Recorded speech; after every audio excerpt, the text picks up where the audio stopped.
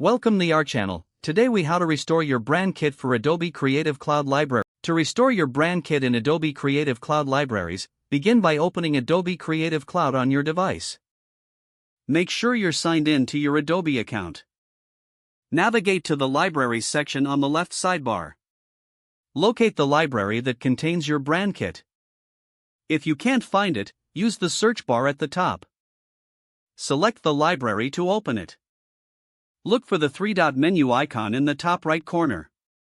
Click on the three-dot menu to reveal additional options. From the drop-down menu, select Restore Previous Version. A list of previously saved versions will appear. Choose the version that best matches your desired brand kit configuration.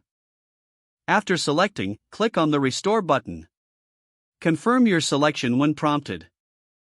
Once restored, review the assets in your library to ensure they align with your brand. If you need to make further adjustments, feel free to edit the library directly. To save your changes, click the Save button at the top right corner. Now, exit the library view and return to your main workspace. You have successfully restored your brand kit in Adobe Creative Cloud libraries.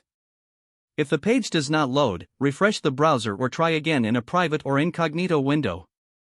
Make sure you are using the correct email address, then retype it carefully to avoid small typos. If your password is not accepted, use the reset option and create a new strong password you can remember.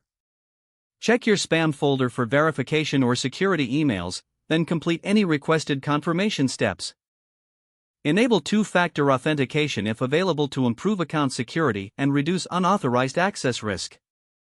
After signing in, review your profile details so your contact information and settings are accurate and current.